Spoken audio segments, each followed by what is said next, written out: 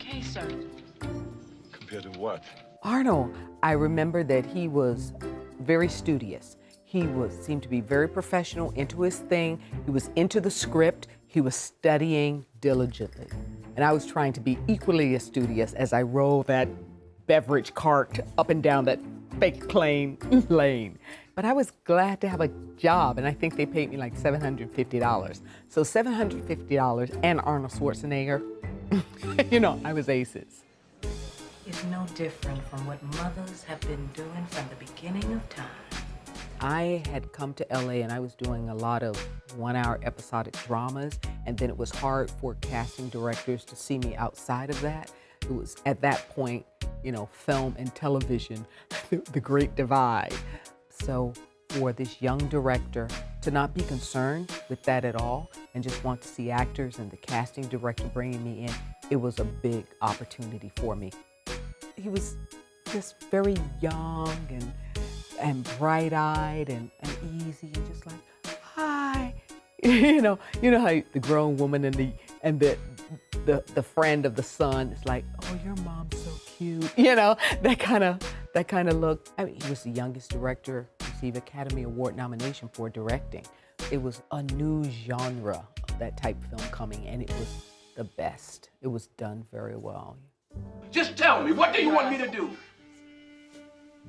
You can face death 24 hours a day, but the possibility of betrayal never enters your head. There were budget issues with Malcolm X, you know, from the studio, and we wanted to contain it in a certain budget, and we were running over, and there was more money that was needed. And of course, there were pillars in the African-American community who stepped forth and who, you know, have those sort of discretionary resources to be able to, you know, gift us, and they did, whether it's, you know, Janet or Irving or, you know, on, you know, a few others. It was a blessing because we were all so enormously, you know, attached to the making of it.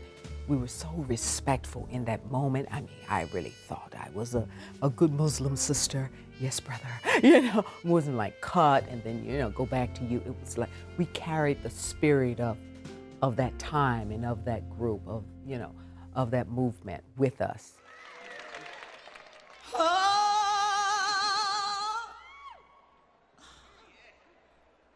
Something on my mind. Won't somebody please tell me what's wrong? It was so demanding emotionally every day. Not like, this is our easy week, this is our easy day, this is our easy setup. Every day, every scene, emotionally draining. I mean, you're in pain, you ache from 14, 15 hours, 2.5 hours of working out with Boyz, 10, 12 hours of learning dance moves and concert stuff, going home at night, laying in the bed, listening to the inhalation of her breath on this particular line of the song, trying to get it exactly just right, so that literally they could film me lip singing a song and not have to cut anywhere because it matched. I don't know, it could be different, do it 25, 65 times and we'll just piece it together. But no, I mean, that's as serious as I took it.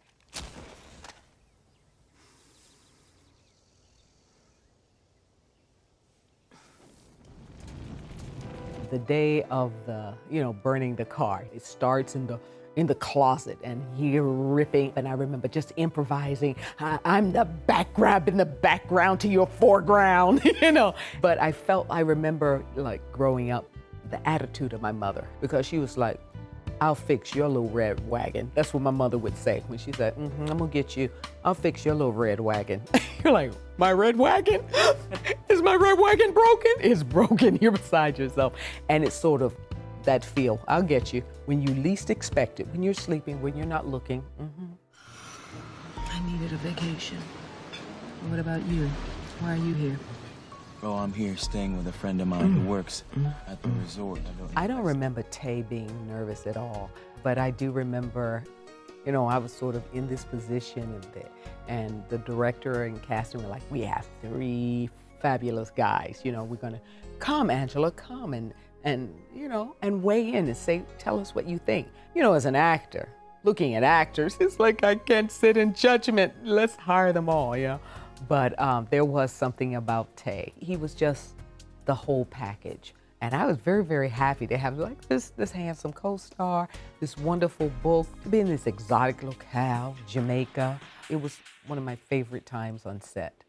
You know exactly who I am and what I'm capable of. Just like I know exactly what you are. Witch. I can smell the stink of it on you. My favorite character would have to be the first year that I joined the franchise, and that's Marie Laveau. I love playing her because she had that opportunity to be present day and also to revisit the past. Have the big gowns, although that wasn't fun in that New Orleans heat. You know, all this garb, you know, because it's hot and humid, like it is every year, but especially in the 1800s. But portray this woman who is a historical figure and then to put Ryan Murphy creativity on top of it. There was something very gris-gris about it when she practiced gris-gris. Very great. For the good. As both the President and the Vice President of the United States are unable to discharge the duties of their offices, I'm officially placing you under Secret Service protection. Antoine Fuqua, who's the director of that, had interest in working with him for many, many years. And you know, the projects, the page, the scripts, they are what they are, and sometimes it's just not possible. But for this to come along and he to ask me to portray the character of Lynn Jacobs, which I think was originally a man, he made it a woman, he asked me to play it. There had never been a female head of the Secret Service up until that point. A year after it came out, there was one appointed. I was thrilled to work with him, to work with Morgan, Gerard, an action thriller. All those were good looks for me. And then for it to go on to be so successful that a sequel, I've never been in a sequel before. Another good luck. You think you can handle it? Well, I'm competent, brilliant, stunningly beautiful, and really honored.